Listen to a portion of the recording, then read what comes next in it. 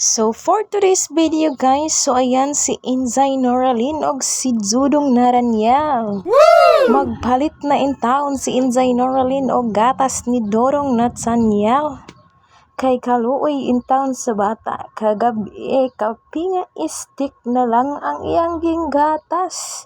Kay unsaon man ang magpapa nakapos charot. Pagkalisod ning pobre no. So ayan, nag-commute lang kami kay may trabaho ang aking banakes. Lisod daw kita'y mag-drive.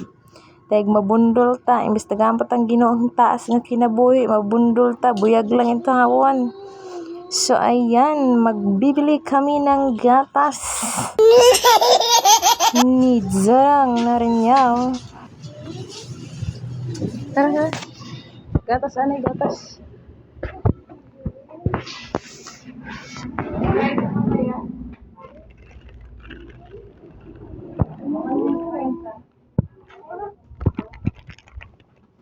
Uy, niyan itong ice cream. Dali na. Dali na, niyan itong ice cream.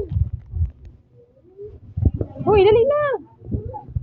Niyan na lagi ito. Dahil so, ayan ang batsa, mga Inzay, mga tuzang, hindi nagpapahuli sang ice cream.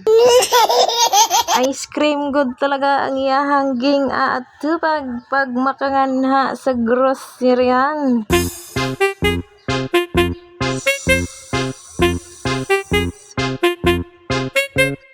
So, ayan ang bata guys, nagbackdoll kay waray palitihin ice cream.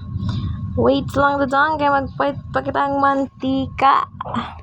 So, ayan ang bata, hindi talaga magpapahuli sang ice cream. No. Hindi talaga aawi kapag walang ice cream ang bara na yan. So, ayan lang. Thanks for watching.